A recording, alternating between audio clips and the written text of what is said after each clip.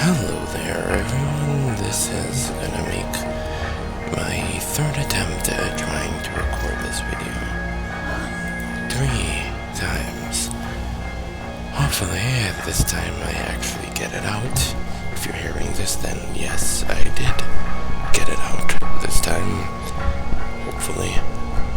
But I'm gonna try to make this video shorter than the norm because my device isn't exactly doing the greatest, so I will try to ensure that I can get the video out before I do the requisite checkups that I plan to do on the device. So due to that, I'm gonna have to cut out a couple portions of the video, namely like a lot of the playthrough of the level for Steel Path. Yeah, I'll be cutting a lot of that out, and I'll kind of just jump straight to fighting the Acolyte, if anything. If I don't jump straight to fighting the Acolyte, then I'll just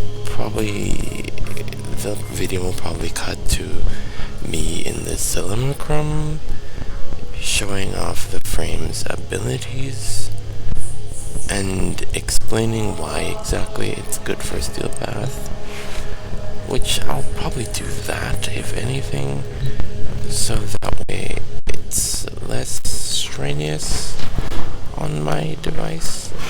But today I planned to discuss 3 additional warframes that I would consider to be perfect warframes, and I wanted to try showcasing my Loki build a little bit. So, yeah, let's get started. So we'll start off first and foremost with Lavos, who I'll say for certain what his trait is that makes him stand out the most is the fact that he doesn't use energy. And so because he doesn't use energy, he really takes off a thing that you have to worry about from your list of things to worry about when typically playing a frame. So in the case of Lavos, instead of worrying about energy, you kind of switch to thinking about your cooldowns, but even then you don't really have to think too much about your cooldowns. You can kind of just keep in mind that you can't spam your abilities as much as you normally would be able to. Doesn't mean you're completely, out of abilities. You kind of have to keep in mind that there's a cycle to run through with your abilities, and once you can get into the mood of running that cycle, it all becomes super easy. Now his other trait is that energy orbs and universal orbs give him status immunity for 10 seconds, and if you hold down an ability, you imbue the next cast of an ability of any of your other abilities with the element from that ability.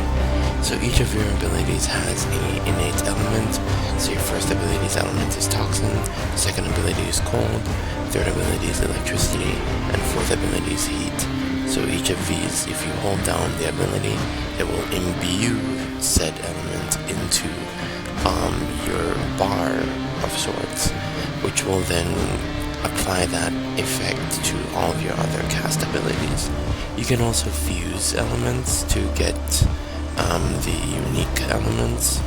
So all of that I will showcase in either the Steel Path mission or the Simulacrum, one of the two. And here's a couple other small pieces of information. Lavos doesn't use efficiency the same way that it's normally used. Efficiency for Lavos changes how his 3 works, and then status duration increases how long his status effects last when you apply them from any source. Actually, it's not just from his abilities. Alright, so let's get deeper into the abilities themselves. So for his first ability, Ophidian Bite, it's basically just a lifesteal move. The damage itself isn't anything crazy, it's mostly just for the lifesteal, and it also opens up any enemy hit to a finisher. So if you can use that to your advantage, I'm sure you'll definitely find that better build than the one that I used. And then his 2, Vile Rush, is a status spreading tool.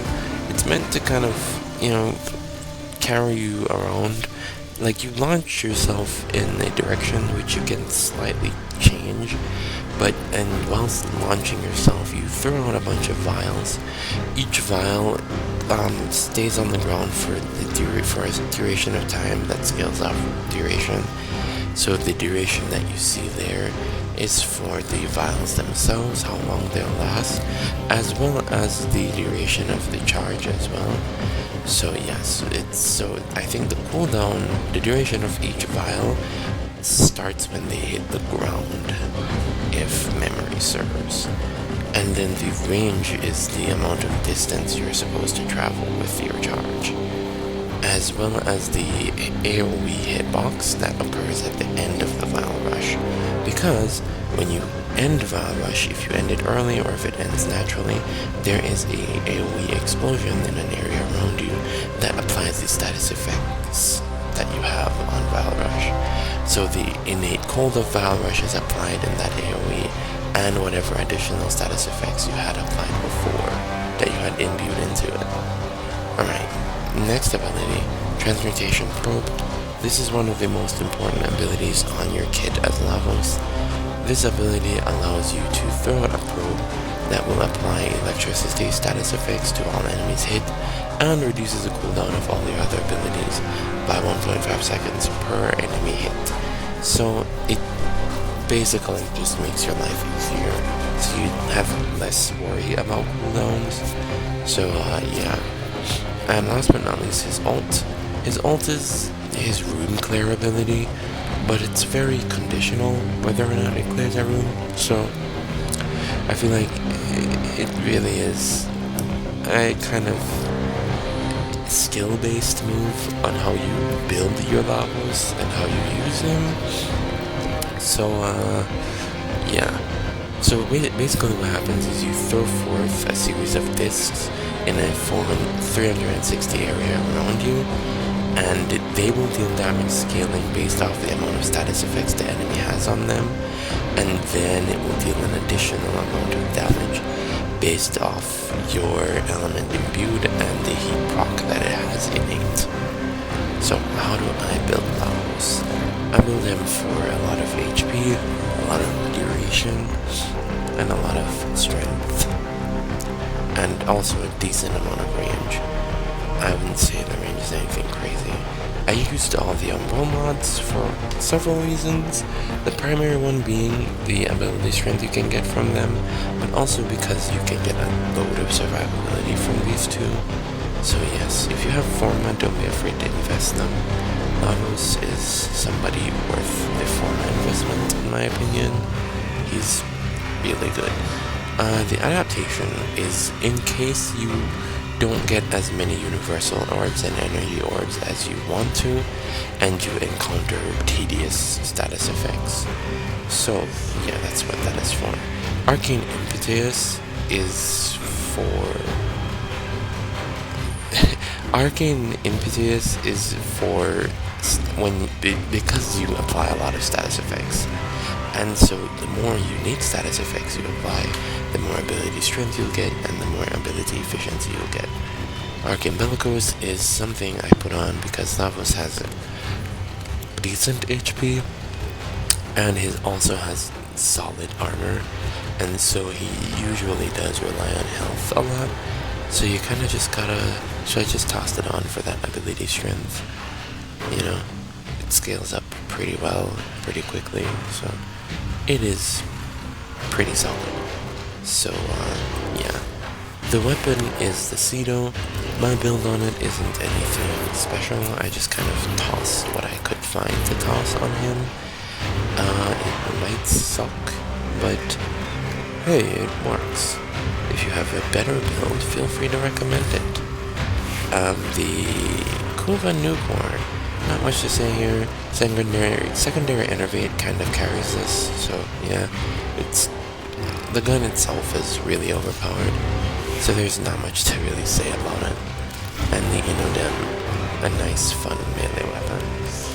So I will see you in either a Steel Bath mission or the Simulacrum. Chances are it's gonna be the Simulacrum, so yeah, I'll see you there.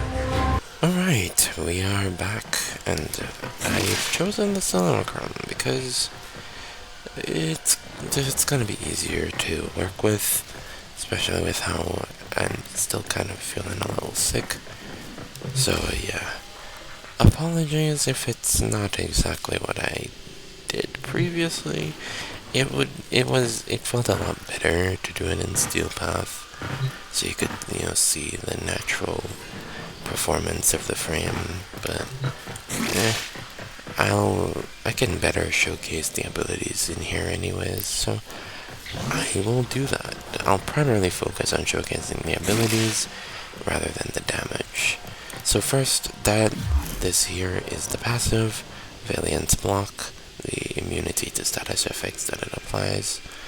Always very nice. These are the arcanes, Bellicose, got up to 45%, and this isn't, I don't even have a maxed out Umbral Vitality, mind you, and it's already up to 45%. So it's definitely not something you should sleep on with Lavos. I feel like it goes really well with Lavos due to how he functions.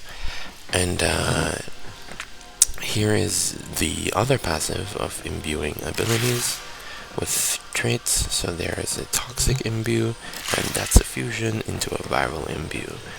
So I'll show you each of the abilities one by one, starting with, okay, I'm taking off my companion.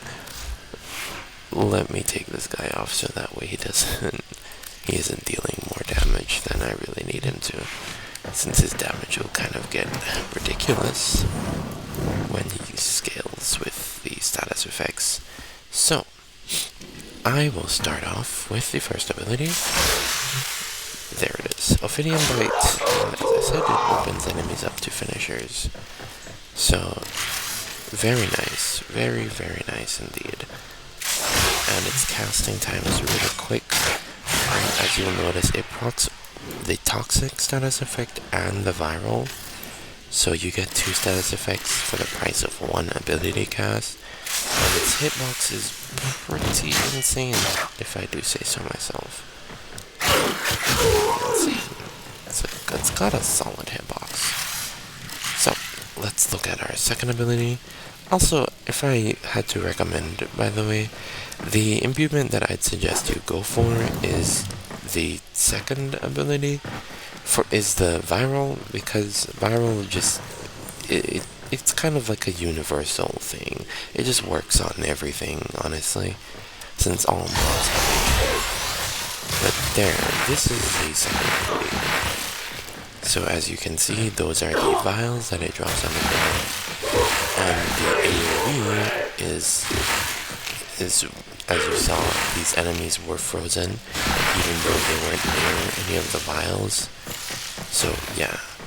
So if you use the ability and jump to cancel it, it will explode in the AoE, and all of these enemies get procced by status effects, which you can then take advantage of before you deal a lot of damage to them, because they have all those status effects. So, yeah, the whole thing is pretty crazy.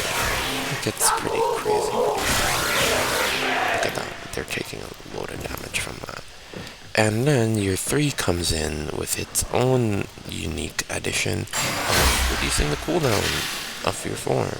See, now my 4's cooldown is gone. So here's another instance of my 2, proc all those enemies with status effects. I can use the Cedo, proc more status effects, and I can use my 4, and a lot of them die. And I can pick off any straddlers with the Cedo, because the Cedo deals damage on the enemies. So you kind of get the idea. And in regards to survivability, I will show that really quickly by spawning a new batch of enemies and unpausing them and getting shot repeatedly. So these are all heavy gunners. As you can see, I take a decent amount of damage. Alright, they damage me. In Steel Path, you're not gonna be there getting shot constantly. But as you saw, I lifestealed back up to full HP almost instantly, and heavy gunners are dealing more damage than you normally take in Steel Path anyways. So if I had to say, you would be fine in Steel Path. Considering the lifesteal, the fact that you'll be moving, the fact that you'll be killing enemies, all of those various things, and how the way your 2 works, you'll also be sliding around with that a lot. So, to be honest with you, you will be fine in Steel Path. Just ensure you remember to move on. Shoot them and don't just stand there taking damage like I am. Use your abilities as well. It's detail. Abilities so that you can proc your status effects.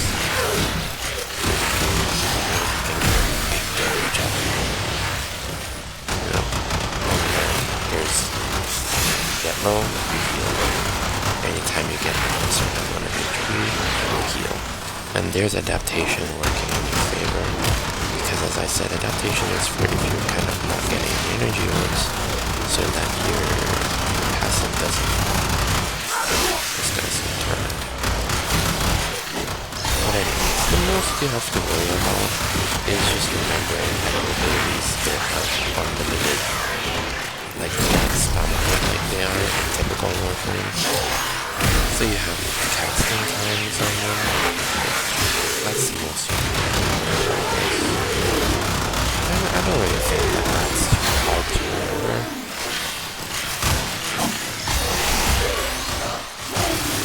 You kind of just have to remember to think about that every once in a while.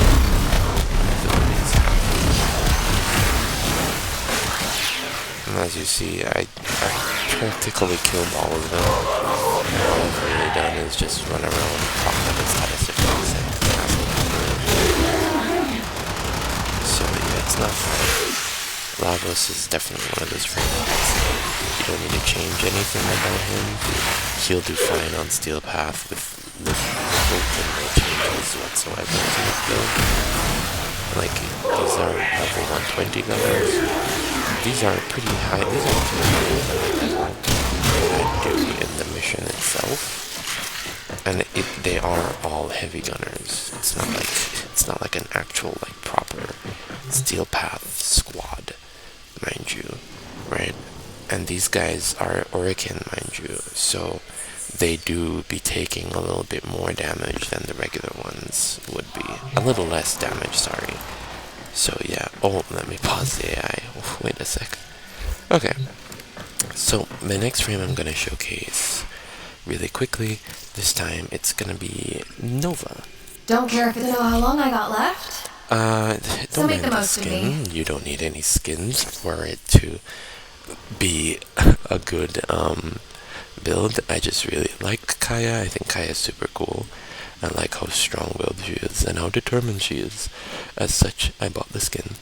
But as I said once before, you don't need the Prime version of any frame. I have the Prime version because I'm something of a perfectionist, and I can't be satisfied knowing that there's a better or a different, more finalized version of it out there. So yeah, as for Nova and her abilities, Nova's passive is enemies killed while slowed have an increased chance to drop health orbs, and enemies killed while sped up have an increased chance to drop energy orbs. This is something that you definitely need to keep in mind when playing as Nova, because this is her bread and butter to her survivability and her energy economy. So, let's get into her abilities. Null Star, this is one of her key survivability tools. It gives you damage reduction based off the amount of them that you have orbiting around you, and so building for power strength to maximize the amount of particles you have, definitely very important. So yeah, the range determines how far the particles will attack enemies from. So yeah, it kind of sucks having to scale this, because on one hand, you want to keep the particles for as long as possible, so you have as much damage reduction as possible, but on the other hand, you also need a decent amount of range to scale your 4 with. So, I don't know, it's kind of bleh. But regardless of anything, the ability itself is incredibly useful, and I do believe it's kind of one of the more important abilities in Nova's kit.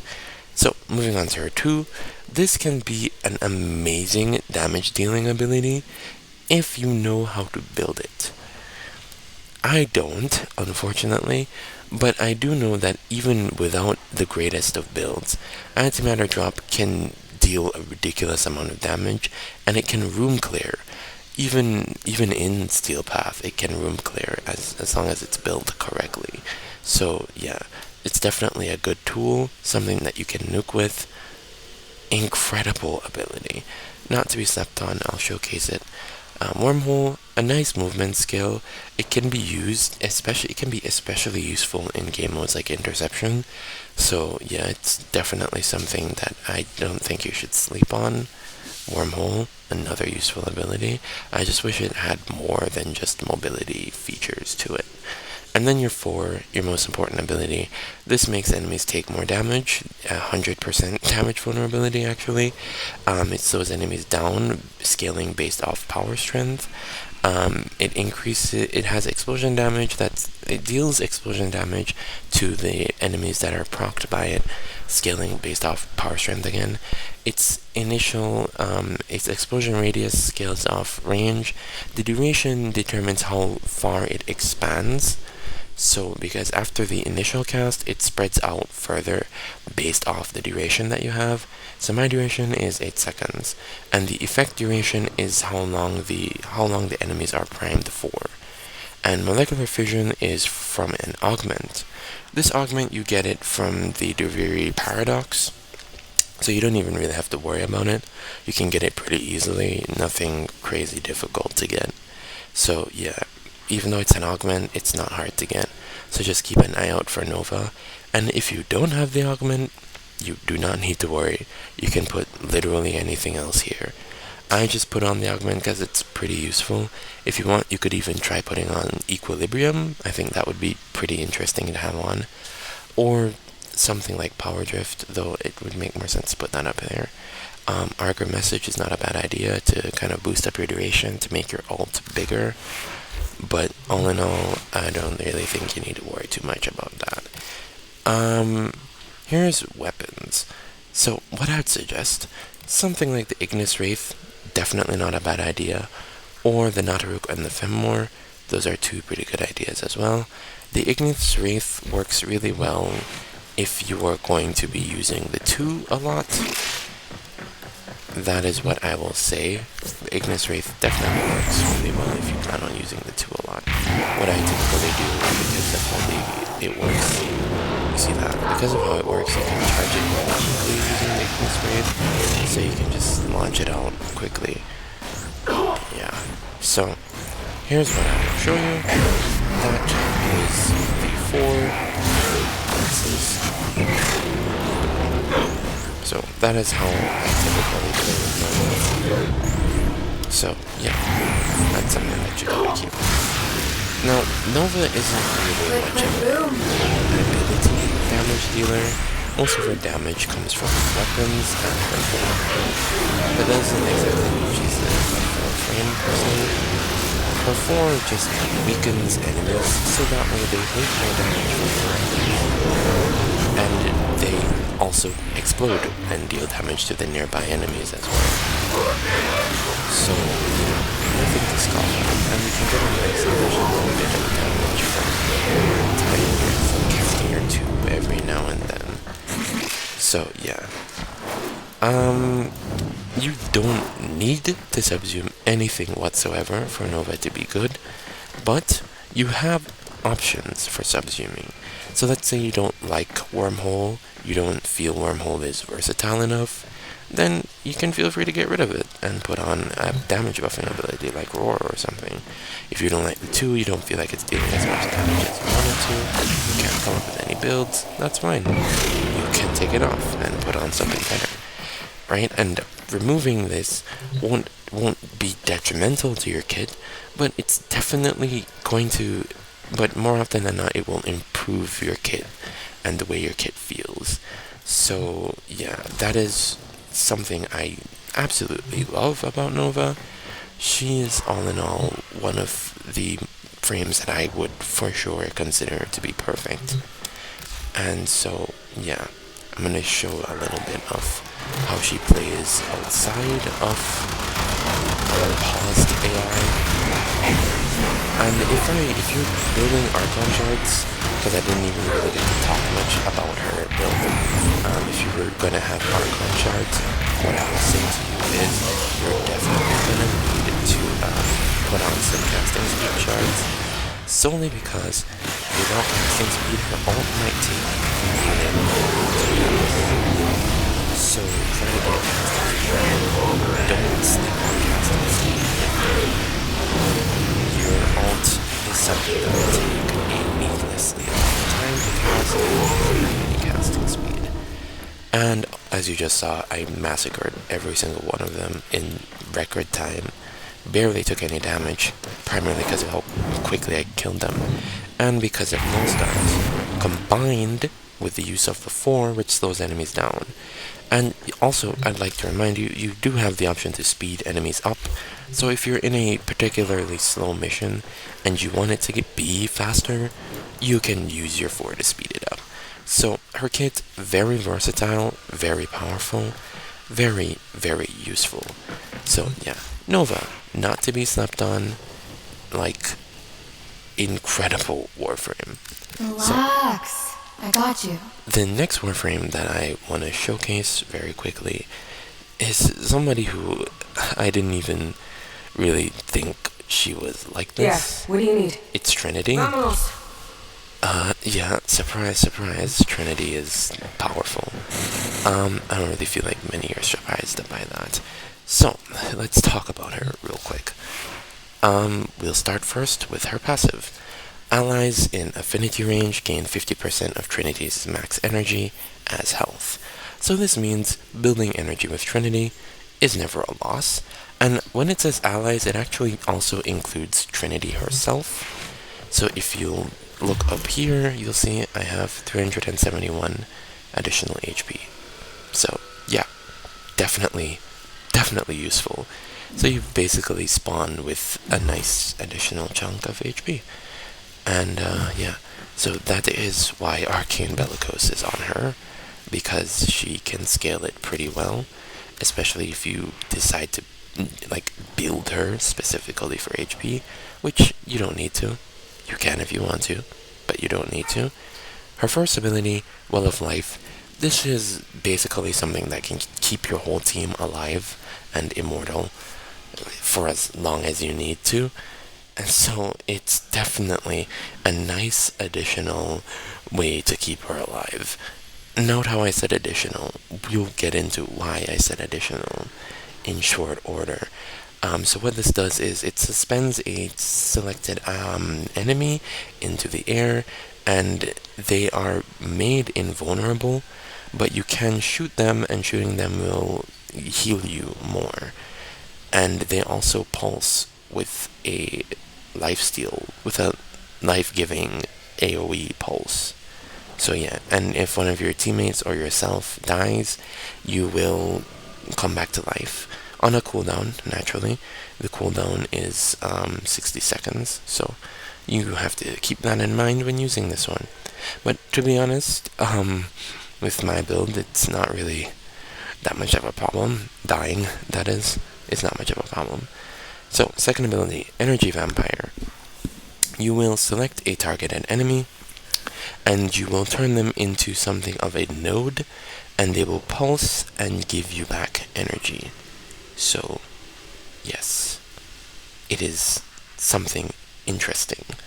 And they also take small bits of damage over time as well, but it's not that much of an issue, because it doesn't really kill the enemies when they take the damage. So yeah, there's not much to say about this ability. Aside from talking about the augment, Vampire Leech basically makes it so excess energy replenishes your shields. So if your energy is full and you use Vampire Leech, it will convert into shields instead. So keep that in mind. You'll see something fun about that in short order. Link, this basically makes it so you connect yourself to nearby enemies, and you'll get damage reduction per enemy that you're connected to. So yeah, the more enemies you connect to, the more damage reduction. So, it has a cap of 75%. But regardless of anything, due to all the other means of survival that you have, this kind of just rubs salt in the wound of all the enemies. Because now you're just immortal, basically. And so yeah, this is a duration scaling ability. So yeah, actually, all of these are duration scaling abilities. All of them are based off your duration, so you have to build as much duration with her as possible. And last but not least, Blessing. It restores HP and shields for every ally within ability range, and it gives them damage reduction. So yeah. Now it's also duration scaling, and it's strength scaling in regards to restoration and damage reduction. So yeah, you're gonna need some strength, not too much though, so I'd suggest focusing mostly on duration, and then your next best bet is strength, which Bellicose can help with, so yeah. Now, here's the thing. As you noticed, she doesn't have many damaging abilities, so you need a way to deal damage. I would say your best bet is a weapon that deals a large amount of damage in a short amount of time. So the Phalanx, not to be slept on with Trinity. It will definitely be decent. So let me showcase very quickly all of your abilities. That is Link. I started with it because more often than not in a Steel Path mission, you'll cast Link first, because you don't need enemies to be nearby in order for Link to work. You can cast it in spite of enemies, so yeah, it's the first one you'll cast. Your 4 Blessing, you can also cast this regardless of if there's anything nearby. So that is 75% damage reduction plus 66% damage reduction. Your health is pretty good. You'll be fine for a very long time. So next I'll showcase the 2. Boom. That enemy is now suffering from severe headaches. And as you see, it's regenerating my energy, right? And now that my energy is full, I'm gaining shields from it. But here's the thing. If you kill an enemy that is inflicted with energy vampire, instead of having to wait the full duration to get all of those various buffs, you can get them all instantly by just killing the enemy. So, yeah, that's what I was talking about. So you can just cast it on an enemy and kill them, and you'll receive all the effects instantly. And you can, that's Well of Life. So the enemy is suspended in the air, they're immortal, and they will give you, they'll give you HP on a period of time, over a period of time, and that is the range in which you have to be in order to get the life state and the HP regeneration. So yeah. Also, when you deactivate the ability, they will take all the accumulated damage instantly. So that's another thing to keep in mind. Now, I just noticed something. That deals percentage damage. Hold on a second. I need to look at that. I didn't know that dealt percentage damage. Alright, again about the skin. The skin is not something you need. I like Letty. I think she's cool as well, so I have her skin. You don't need the skin. It's completely optional. Oh, I didn't notice that. It is percentage damage that it deals. So, let me correct that. It deals 33% damage. 33% of your enemy's HP is dealt to them as damage. Oh yeah, I get to showcase the thing I was talking about. So, I cast it on this guy, I killed him, and I got everything immediately. Everything I would have gotten over the period of time, I got it instantly. So, everything instantly. So my energy topped up.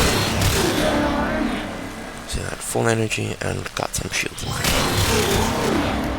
Full shields now. So yeah, it's super useful. And because of how quickly you can cast out your 2, you don't even really have to worry about it. Like, you can just kind of spam that. Because it'll also give you back energy, so you can kind of spam it. So as long as there's enemies nearby, you have effectively infinite energy with Trinity. Which is insane to me. Not just infinite energy, let me correct that. Infinite energy and infinite shields, because it refreshes your shields as well. So here's what I would suggest. If you are building Trinity, and if you have Vampire Leech, or what was that augment called again? If you're building Trinity and you have the augment Vampire Leech, yeah, if you have the augment, I would suggest that you can take off your 1. You don't need it, but if you want to keep your 1, feel free to. You can run it as a full support Trinity build. You genuinely don't need to have your 1. It's completely optional. And so if I were to say you're running Trinity and you want if you want some more damage on your Trinity, because like you don't feel like your weapon's damage is enough, if you for whatever reason want more damage, then you can take off your 1 and replace it with Roar, or what's it called? Eclipse from Mirage. Replace it with any of those moves, and honestly, that will be more than enough. And if you want like crowd control, you can replace it with something like Lavos' Larva, or any decent crowd control move, really. Or you could even use Loki's decoy, honestly, to kind of distract enemies from you. So any of those will work. Because to be honest, with how overpowered her survivability is, there isn't much you can do to die. Like, you genuinely have to do your absolute best to die as Trinity. Like, you have to try hard in order to die. Because as I said, as long as you have enemies, you will not die. Your shield hasn't even disappeared. Like, my shield has yet to break. And I've just cleared through. And it's cast it on. Get that. That's all. That's all I have to do. It's really that simple. Look at this. These are all heavy. Nothing. And to be fair with you, even if I didn't use the 2, I still wouldn't be taking that much damage because of, well, these reasons.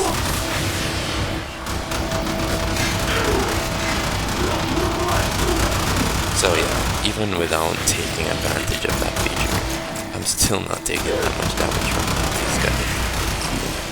So yeah. 1 down. It's just a nice additional icing on the cake. Alright, I should mention that if you want, you can actually cast Energy Leech on enemies in Well of Life, but it's pretty inconsistent. From what I've seen, it doesn't occur consistently. I didn't even notice that. But is my volume too loud? Oh no, it's at 25. That's not too bad. But it's inconsistent. So sometimes it works, other times it doesn't. That's what I've realized. Well, this time I'm getting it consistently, so I don't know. I've encountered situations where it doesn't work. So yeah. But it's a thing that can be done. You can definitely do that, and it works. It's pretty effective in combat. So yeah. Now, one more thing before I end off this video. Multiplayer's more Amir's thing, but sure, let's roll. One last thing. Here's my Loki. Don't mind the skin. I bought it because I thought it was cool. And honestly, I think it's the coolest Loki skin, in my opinion. Okay, that's a lie. The Jotun skin is also really cool. And so is the Incubus skin.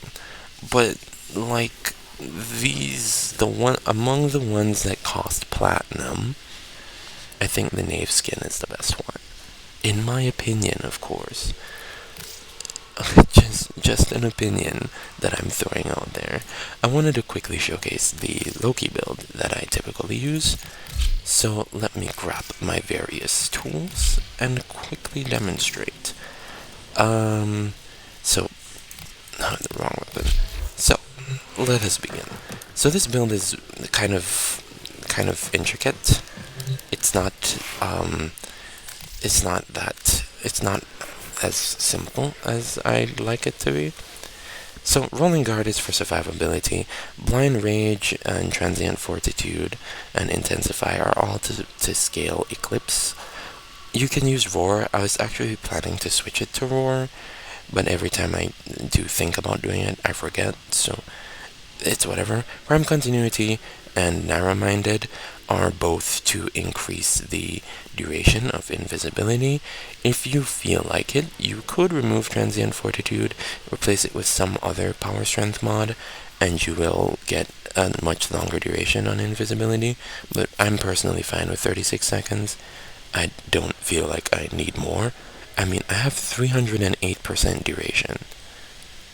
Yeah, I don't need more, and this isn't even maxed out, by the way. So yeah, I don't feel like I need much more than that. Streamlined is so that you can cast your abilities more often and for less money. So yeah, my efficiency is still 85%, so they do cost a little bit more. But in all honesty, I don't know if I've talked about this before, but I feel like any frame that relies as heavily on duration as Loki does, you don't really need to think too much about your energy when you're using a duration frame, because chances are you'll encounter energy orbs or you'll regenerate a ton of energy before you even have to worry about recasting your abilities. So yeah. Now, the Coda Sportrix. This gun has a special trait where it basically shoots out a bullet that explodes. So, and it explodes dealing viral damage. So, yeah, let's discuss that. So the Augment Volatile variant will increase the punch through and the explosion radius and increase the status chance. So this is important. This is not negotiable for this build. Primary Acuity is to make it so it deals more damage. As you see here, the critical chance, it's not exactly high. It kind of sucks. But the critical damage is pretty solid. It's got pretty solid base critical damage. So that is kind of what primary acuity is there for. And the semi-rifle cannonade is for punch through and damage. You'll see the logic of this soon. Rifle Elementalist is to allow for the gas clouds to deal more damage. The thermite rounds are to go hand in hand with the innate heat that this comes with. So yeah, Firestorm is to increase the radius of the radial attack, and Malignant Force is to combine with thermite rounds and the innate heat to create the gas and to allow the gas to deal more damage. Spectral Serration, this is what makes it go specifically with Loki. This basically means that for the length of time that you're invisible, you'll be dealing an additional 330% damage with your weapon. Now, the problem with this is that you cannot, you won't get this whilst not invisible. So this does deal much more damage than typical Serration. Like, way more damage than typical Serration. So, don't sleep on this. This mod is crazy good. So if you're a person who likes playing Loki or frames that go invisible, this mod, please, don't ignore it. You can do so much with this mod. Just chuck it on a weapon in place of Serration, and you will see such a nice damage increase from the weapon. Because it's basically just Serration, but for frames that can go invisible. Not even frames, like, if you have a companion that can make you invisible, I'm sure it will still be pretty good. So, yeah.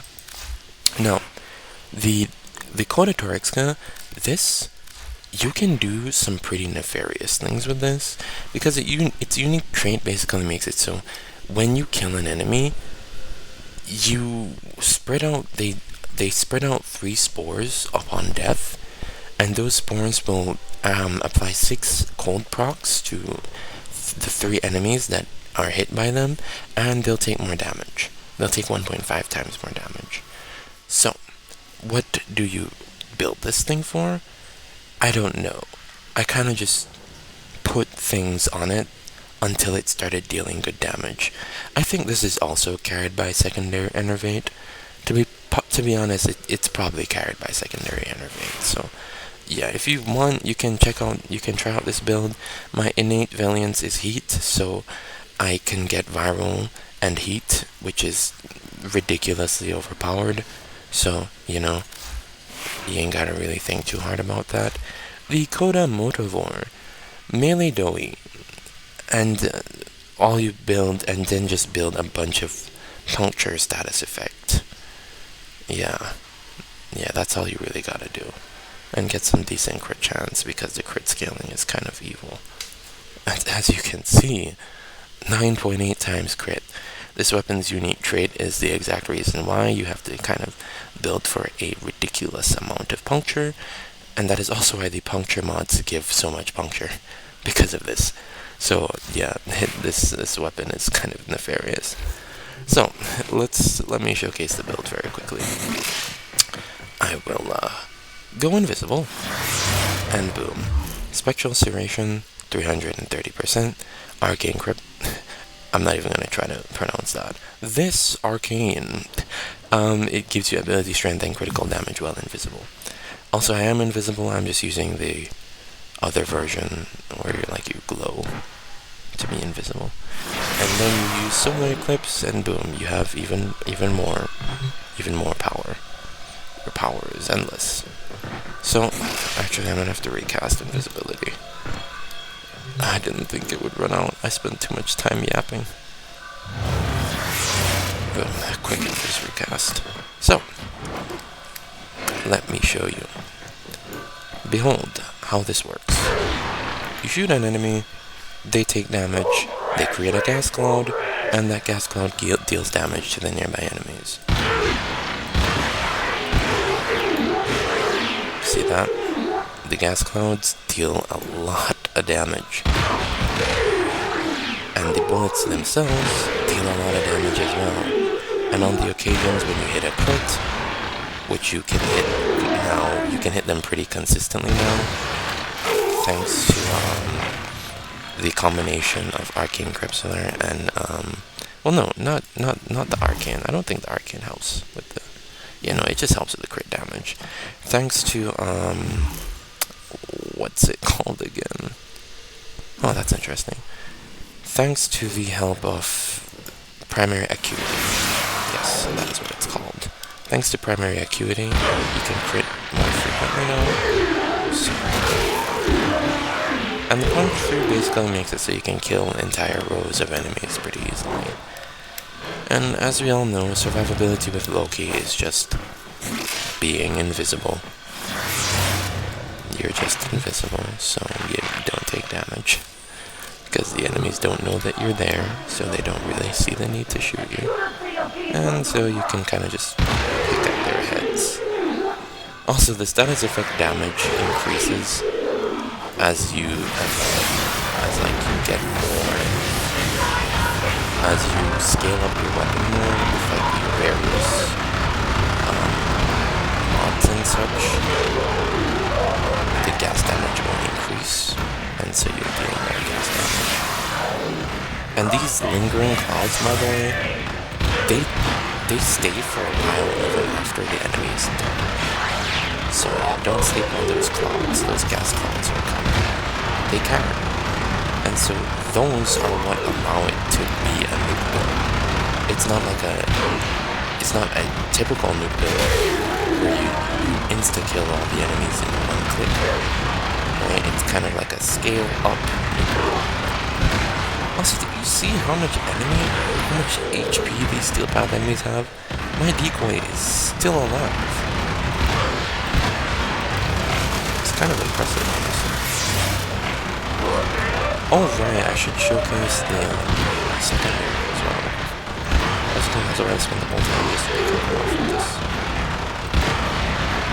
Oh right, I thought I should mention that this build requires you to have aim. If you can't hit the head, you won't get the effects of primary action. So yes, you must hit the head. Even if you don't, you'll still deal some reasonable damage. It's not gonna be garbage just because you missed the headshots. It will still deal reasonable damage to the enemies, but if you want to deal as much damage as possible, then you're gonna need to crack their skulls open. So, the Koda Turekska, let me quickly show you this thing can do. So as you saw there, the damage is kind of crazy, even without the effects of the unique thing. And so I can kind of just care for all these enemies, and the more of them that I kill, the more damage I get. The more of them become vulnerable, the more of them that become vulnerable, the more of them I can kill, and the cycle goes on. I don't even need to get for the heads, that's kind of optional. It's nefarious. So, if you're in a position where the enemies have gotten too close to you, you can just use this. It will murder. It will murder them very thoroughly. So, yes. Also, I thought I'd mention, when an enemy has the cold proc from the Turekska, let me pause the AI so I can demonstrate this real quick. When an enemy has the cold proc from the Turekska, or, well, I guess, the weakness from the Turekska, they actually end up taking more damage from this as well. It increases the damage from all sources. So, yeah, they just become vulnerable. So it's not something you should sleep on, right? The combination of the two weapons. And this Turekska also provides a certain level of crowd control. So if you're in a sticky situation, it's easier to control the crowd with these, because they get 6 stacks of hold. So yeah. Now, for the melee weapon, the Motovor. So this weapon is slow, but thanks to the thingy, thanks to the arcane melee damage, your damage is actually not the worst. So yeah, if you are in a situation where you have melee, you can melee, your damage won't be fully garbage. You'll do some solid damage. So yeah, that's a thing. Now, would I recommend trying to find a better melee weapon? Definitely. A better melee weapon would make this whole thing better. Like, it would make a lot better. But the Motovor isn't garbage. Because as you can see, dealing especially when combined with Crips,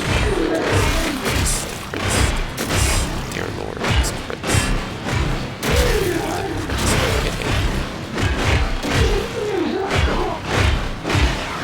So yeah. Dang. That's dead. But yeah, the Motovor is nice. So feel free to try investing in this one. The damage is there. It has solid range, and it does work with the local ground. Ah shoot, did I do that right? Yeah, I did do that right. So yeah. Let me think of changes that I would suggest. If you don't like sniper gameplay, I would say that you can use something like the Koda Hima, or just kind of shop around for other weapons, right? Like, because the whole point of this is to kind of create a low-key that can move whilst not changing too many, while it's not like changing his ability focus, right? Because Loki's abilities are all primarily centered around stealth and kind of like assassination. So the focus of this build is, in essence, to keep true to that nature of Loki. So you are very much gonna be a lot stealthier than you would be with most other, like with another type of build, right? So yeah, that's everything I wanted to talk about. I'm probably gonna take a break from Warframe due to, the aforementioned laptop struggling. So yeah, thank you for keeping up with Warframe thus far. I will switch over to making some Roblox videos, and I also plan on making shorts. I will start off with Warframe shorts, naturally. I'm gonna make a couple Warframe shorts here and there. Maybe like, hopefully I can upload my first Warframe short, like, today. But I can't even really be certain about whether or not I'll be able to do that. I can't really be fully certain about it. But yeah, that should be everything I have to talk about. So yeah, if you like Roblox, you can look out for the Roblox content. If you've been liking the Warframe content, let me know. You can request like things you want to see from me, and I will try to make it. What else is there for me to think about? Oh, right. This perfect frame series thing, it can keep going because there are a plethora of frames out there that are perfect or that have like perfect movesets. Because Protean is an example that comes to mind. Current Oberon, another example. Revenant is another example, even though he is kind of carried by one ability. Corvex, definitely another example. I feel like Corvex is severely slept on. I'm not really sure about Sephiroth, I don't really play him enough. But Volt, definitely an example. And Vauban is one as well, because I don't really... I don't feel like you need to change Vauban's moveset much. I feel like his natural moveset is more than enough to carry you through all the way up to Steel Path. So, yeah. Thanks for watching. Look forward to more videos coming out sometime this century. So long as I don't get sidetracked, I'll continue to make these videos. Because I do like making them, since I make them in spite of, like... I just make them because I like them. Also, I really like this little detail here, but the steam coming off my character, off Loki, I'm fairly certain this steam is from the Motovore, because if you'll notice, the Motovore has an engine on it, and so the engine kind of produces steam. That's really cool to me. I think that's really cool. Alright, yeah, I'm getting distracted. Thanks for watching, and look forward to more videos. See ya, guys.